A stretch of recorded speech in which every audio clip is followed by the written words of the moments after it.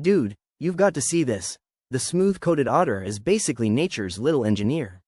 When it finds a clam or mussel, it pops it on its belly like a cutting board, then whacks it with a rock until it cracks open.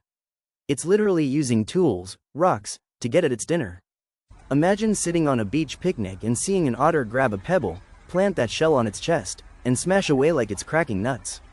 It's like watching a miniature blacksmith at work, but instead of forging metal, it's forging a seafood feast. Otters aren't just cute, they're clever kitchen chefs of the wild.